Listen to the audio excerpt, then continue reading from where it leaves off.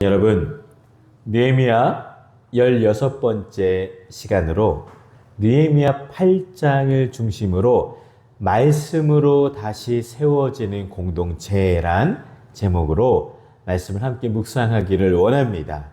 이 자리에 참석한 우리 모두에게 말씀의 은혜가 충만하기를 기도합니다. 아멘. 여러분, 지난 시간 7장을 우리가 살펴보았습니다. 7장에는 명부가 기록이 되어 있었잖아요.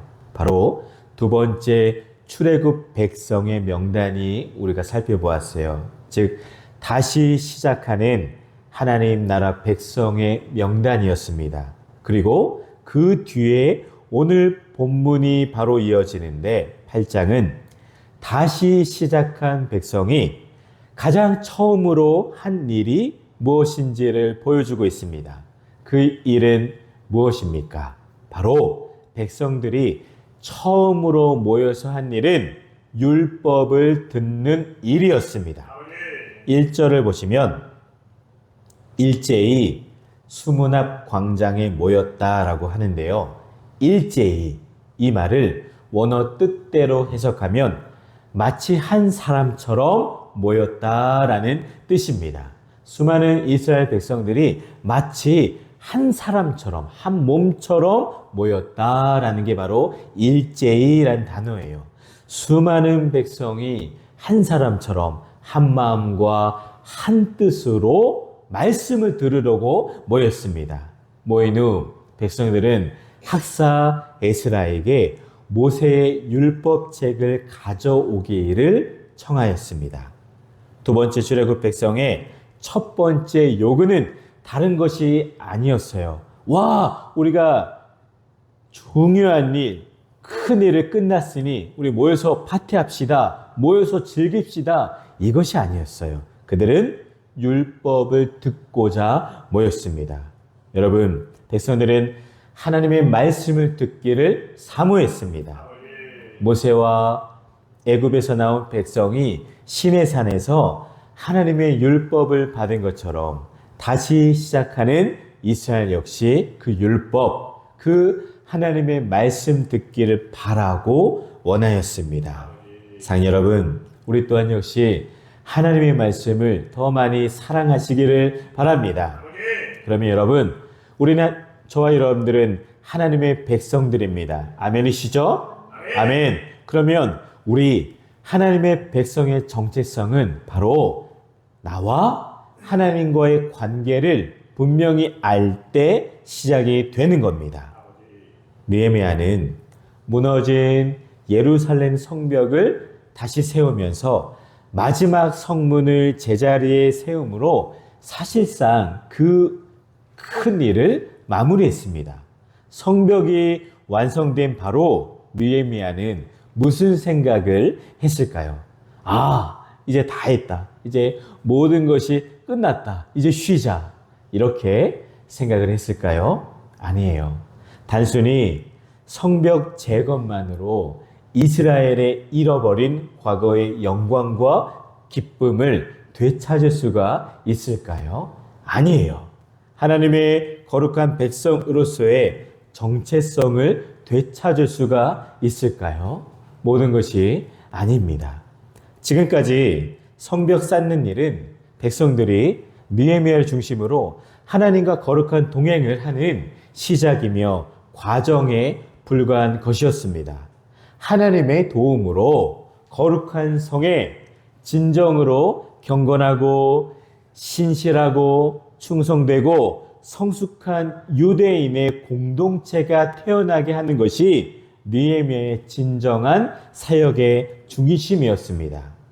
진정한 성벽의 재건, 그것은 인간적인 눈에 보이는 성벽 재건이 아니라 보이지 않는 그보다 더 중요한 우리 심령, 그 속에 신앙의 재건, 믿음의 재건, 그리고 영적 부흥이었습니다.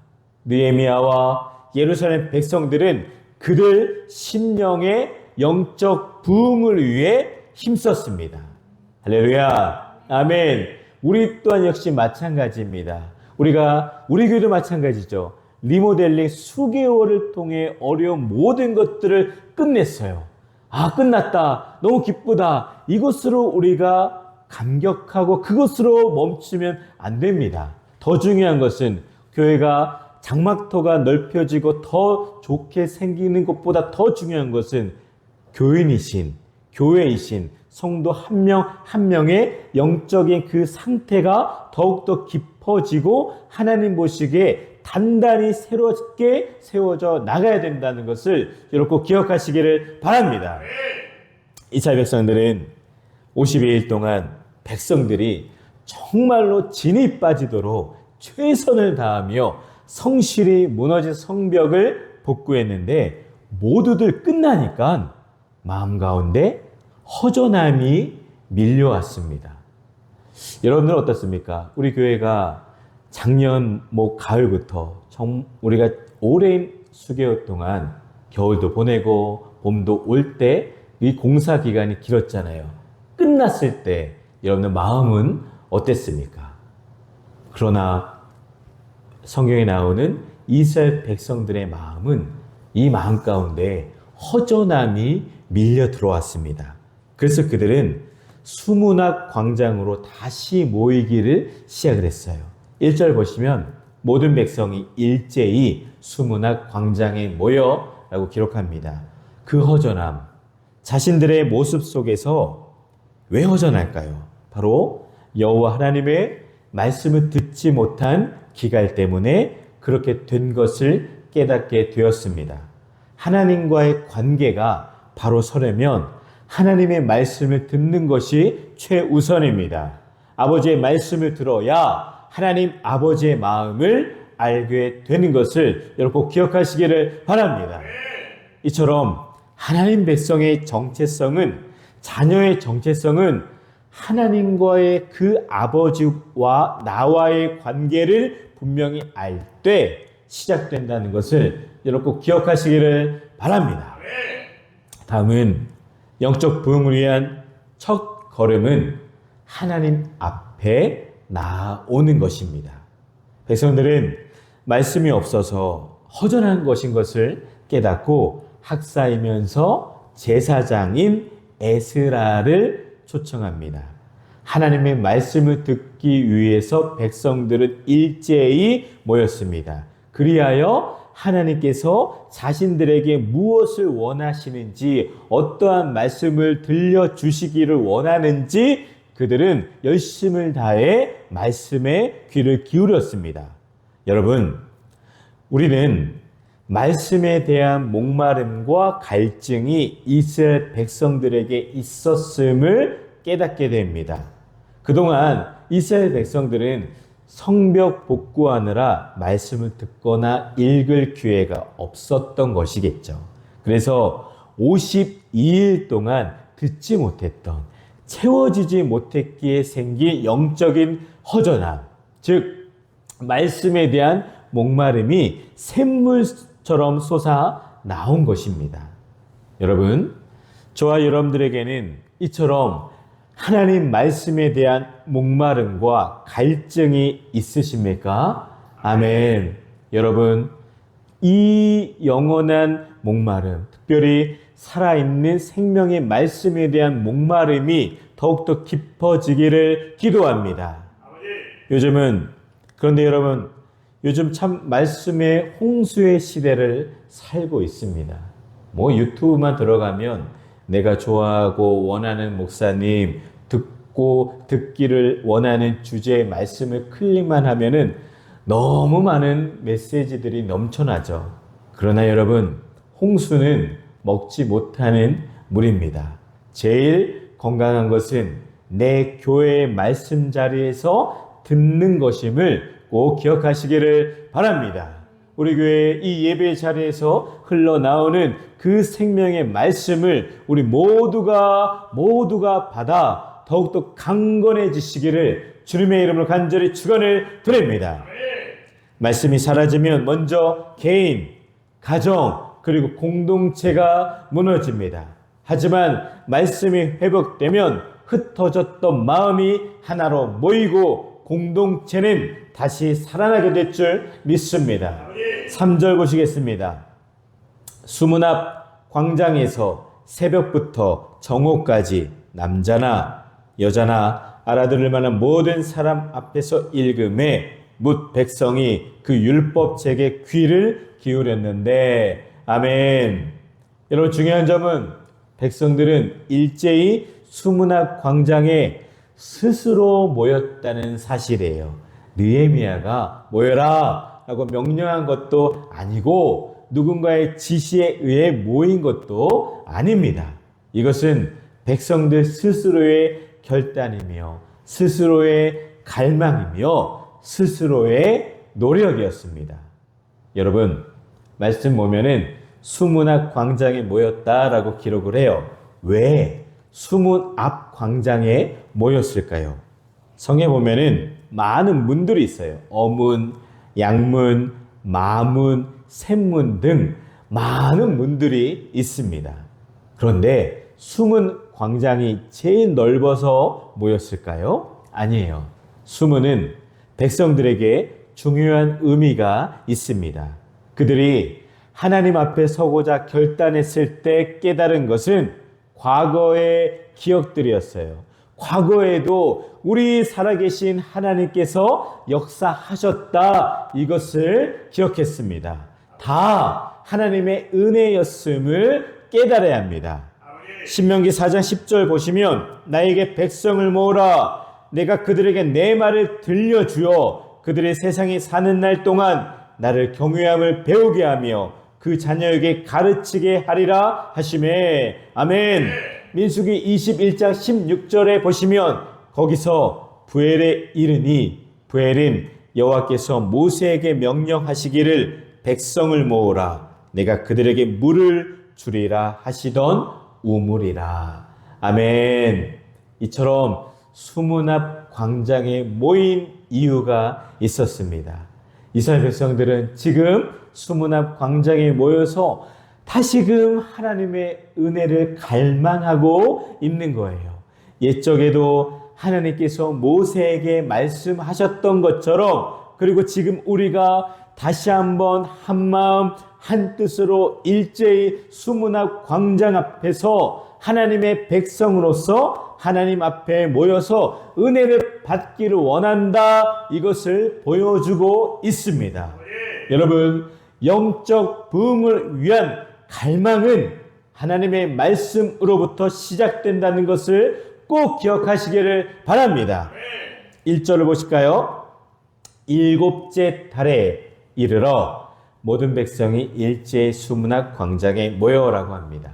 여기서 일곱째 달은 1월, 즉 새해를 의미합니다. 새해를 시작하면서 1월을 시작하면서 이스라엘 백성들이 제일 먼저 한 것이 바로 말씀을 듣는 일이었어요. 우리에게도 귀감이 되죠. 새해 첫날 1월 1일 우리도 하나님의 말씀을 듣는 것으로 올 한 해 새해를 시작해야 하는 것을 꼭 기억하시기를 바랍니다. 다가오는 새해 첫날 모든 주양의 백성들이 주양의 모든 가족들이 하나님 앞에 나와 말씀으로 시작하시기를 기도합니다. 학사 에스라는 백성들의 요청에 조금도 주저함없이 율법책을 가지고 와서 백성들에게 읽어 주었습니다. 3절을 보시면 새벽부터 정오까지 남자나 여자나 알아들을 만한 모든 사람 앞에서 읽음에 라고 기록을 하고 있어요. 에스라는 새벽 이른 아침부터 정오까지 말씀을 읽었습니다. 설교한 것도 아니고 그냥 말씀을 읽었어요. 새벽 이른 아침이란 오전 6시 정도로 해석합니다. 그렇다면 이스라엘 백성들이 오전 6시부터 12시까지 정오까지 몇 시간이요? 6시간을 그냥 앉아서 들은 것이 아니라 서서 말씀을 들었다는 뜻입니다. 야, 여러분 어떻습니까? 우리는 앉아서 드리는 이 예배 1시간도 온전히 집중해서 드리지 못합니다. 저기 제 아들 지금 쓰러져 있어요. 잠들었습니다. 이렇게 수요 예배 때도 아이들은 졸려서 자고 있는데 이때 모인 이스라엘 백성들은 알아들을 만한 아이도 아마 나와서 모두가 다 서서 6시간 동안 하나님의 말씀을 들었습니다.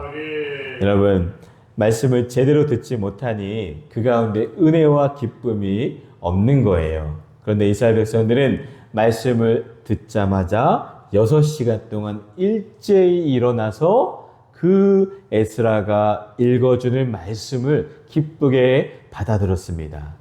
우리 주양교회에 말씀을 향한 갈망이 회복되기를 소망합니다.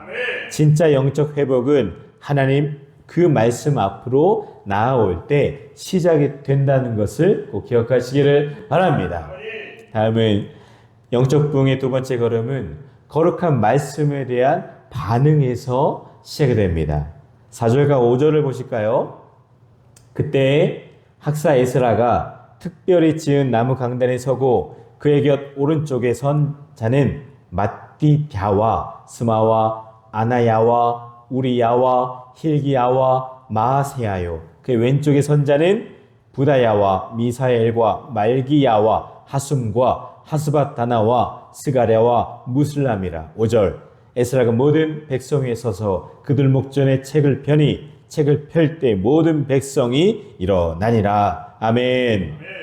에스라는 말씀을 낭독하기 위해 나무로 만든 강단에 섰습니다. 이처럼 나무로 만든 설교단에서 이제 쓴 거예요. 왼쪽에 있는 사람, 오른쪽에 있는 사람이 성경에 다 기록이 되어 있는데 이것은 그 당시 말씀을 듣는 모습입니다. 책을 펴자마자 거기에 모인 모든 청중들이 다 일어났습니다. 6절 보실까요? 에스라가 위대하신 하나님 여호와를 송축하며 모든 백성이 손을 들고 아멘 아멘 하고 응답하고 몸을 굽혀 얼굴을 땅에 대고 여호와께 경배하니라. 아멘. 말씀을 들을 때 백성들은 귀를 기울이고 일어서며 손을 들고 아멘 아멘으로 화답하고 얼굴을 땅에 대고 경배합니다. 이것이 바로 하나님 말씀 앞에서의 모습이에요. 그 말씀 앞에서의 하나님에 대한 경외심입니다. 얼마나 귀한 모습으로 말씀을 듣습니까? 요즘은 저도 참 꼰대가 된 것 같아요. 우리 교회는 많이 그러지 않은데 아직도 저는 좀 이제 어른 세대가 되어가면서 아이들이 이렇게 예배 시간에 모자를 쓰고 있거나 남자 아이들이 이어폰을 끼고 있거나 행색이 좀 그러면 그게 좀 불편하더라고요. 이해는 가는데 제가 뭐라고는 안 하는데 그런 모습 자체가 참 많이 제가 어렸을 때와는 많이 달라지고 있는 것처럼은 보입니다. 여러분, 이스라엘 백성들은 말씀 들을 때 일어섰고요. 또 두 손 들고 아멘 아멘으로 화답했고요. 또 말씀이 내 안에 들어오니까 땅에 얼굴을 대고 하나님을 경배했습니다. 여러분, 이 말씀을 보면은 그냥 율법책을 읽은 것만은 아님을 알게 되죠. 중간중간에 위대하신 여호와 하나님을 찬양했습니다. 그러자 온 백성이 손을 들고 아멘 아멘 했습니다. 누군가 말하기를 은혜가 있는 교회는 아멘 소리가 크다고 했습니다. 이스라엘 백성들은 손을 들고 눈물을 흘리며 율법책이 낭독될 때 아멘 아멘 하고 외쳤습니다. 그러고는 얼굴을 땅에 대고 납작 엎드려 여호와를 경배했습니다. 이것이 바로 예배의 모습입니다. 우리 주양교회 예배의 모습이 이와 같이 되기를 기도합니다. 7절 8절을 보시면 그들에게 율법을 깨닫게 하였는데 8절 하나님의 율법책을 낭독하고 그 뜻을 해석하여 백성이 그 낭독하는 것을 다 깨닫게 하니. 아멘. 학사 에스라가 하나님 말씀을 읽어 주었지만 그것을 못 알아듣는 사람들이 있었기에 레위 사람들이 그 말씀들을 다시 설명해 주는 거예요. 여러분, 단순히 듣는 것으로 읽는 것으로 끝나는 것이 아니라 이해하고 깨닫는 말씀의 역사가 중요한 것을 꼭 기억하시기를 바랍니다. 오늘날 우리에게도 중요한 것은 말씀을 듣는 자세입니다. 이해하지 못하고 채 그냥 지나가 버리는 설교가 아니라 마음 깊이 새겨지는 말씀. 그 말씀이 나의 삶을 비춰주시는 말씀이 되어야 합니다. 9절을 보실까요? 9절. 백성이 율법의 말씀을 듣고 다 우는지라. 아멘. 그러자 온 백성들이 율법의 말씀을 듣고 울었습니다. 여러분, 말씀을 들을 때 왜 웁니까? 말씀이 거울이 되어 나의 죄와 불순종이 드러났기 때문에 우는 거죠. 또한 은혜를 입었기 때문에 우는 겁니다. 그동안 하나님의 뜻과 멀어져 있었음을 깨닫고 가슴을 찢는 회개가 일어날 때 울게 됩니다. 또한 그 은혜가 너무나도 크고 벅찰 때도 우리는 감격해서 울게 됩니다. 여러분, 말씀을 듣고 깨닫는 순간 나의 영혼이 깨는 겁니다. 그러니 울지 않을 수가 없지요. 총독 느헤미야와 제사장이자 학사인 에스라 백성들을 가르치던 레위 사람들이 모든 백성들에게 말했습니다. 9절. 오늘은 너희 하나님 여호와의 성일이니 슬퍼하지 말며 울지 말라. 아멘. 여러분, 말씀을 대할 때 첫 단계는 우는 것이지만 우는 것으로 끝나면 안 됩니다. 회개의 눈물을 흘린 다음에는 기쁨이 우리 안에서 솟아나야 합니다. 하나님이 나를 용서하셨다는 그 확신, 말씀으로 다시 세워진다는 희망이 있기에 우리는 더 이상 슬퍼하지 마시고 기뻐해야 합니다. 예배를 드릴 때, 찬양하고 말씀을 들을 때 우리의 슬픈 얼굴이 기쁜 얼굴로 변해야 할 줄 믿습니다. 이것이 바로 말씀의 부흥입니다. 성벽 복구는 외형적인 것이지만 예배의 부흥은 진정한 부흥입니다. 그러니 여러분, 말씀에 대한 거룩한 몫은 내가 해야 할 일입니다. 축복에 대한 거룩한 반응은 우리의 몫입니다. 오늘 우리가 읽은 느헤미야의 그 본문을 보면은 예루살렘 주민들은 말씀에 대한 반응이 분명했습니다. 그들은 말씀 앞에서 슬퍼했고 울었고 근심했고 그리고 기뻐했습니다. 이것은 단순한 감정의 표현이 아닙니다. 말씀에 비추어 자신의 모습을 본 거룩한 반응입니다. 10절을 보실까요? 이날은 우리 주의 성일이니 근심하지 말라. 여호와로 인하여 기뻐하는 것이 너의 힘이니라 하고. 아멘. 11절. 레위 사람들도 모든 백성을 정숙하게 하여 이르기를 오늘은 성일이니 마땅히 조용하고 근심하지 말라 하니. 아멘. 여러분, 10절 말씀처럼 여호와로 인하여 기뻐하는 것이 너희의 힘이니라. 아멘. 왜 그럴까요? 느헤미야는 왜 기뻐하라 라고 했을까요? 하나님께서는 저와 여러분들 우리 모든 죄를 용서하실 뿐만이 아니라 기억조차 하지 않으시기 때문입니다. 하나님께서는 예루살렘의 이스라엘 백성들의 죄를 깨끗이 지워 버리셨습니다. 그러니 여호와를 기뻐하고 찬양하는 것이 우리 그리스도인의 진정한 힘이며 능력입니다. 그러니 여러분, 말씀을 들으면 말씀을 깨달으면 기뻐 춤추기 시작합니다.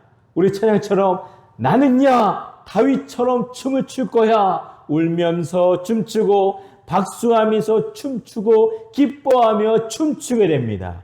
이것이 하나님의 말씀 앞에서 회복하는 단계입니다.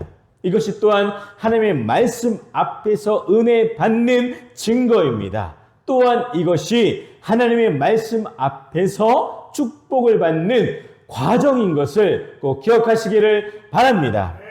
우리 모두가 여호와로 인하여 기뻐하시기를 주님의 이름으로 부탁을 드립니다. 오늘 말씀의 결론 부분입니다.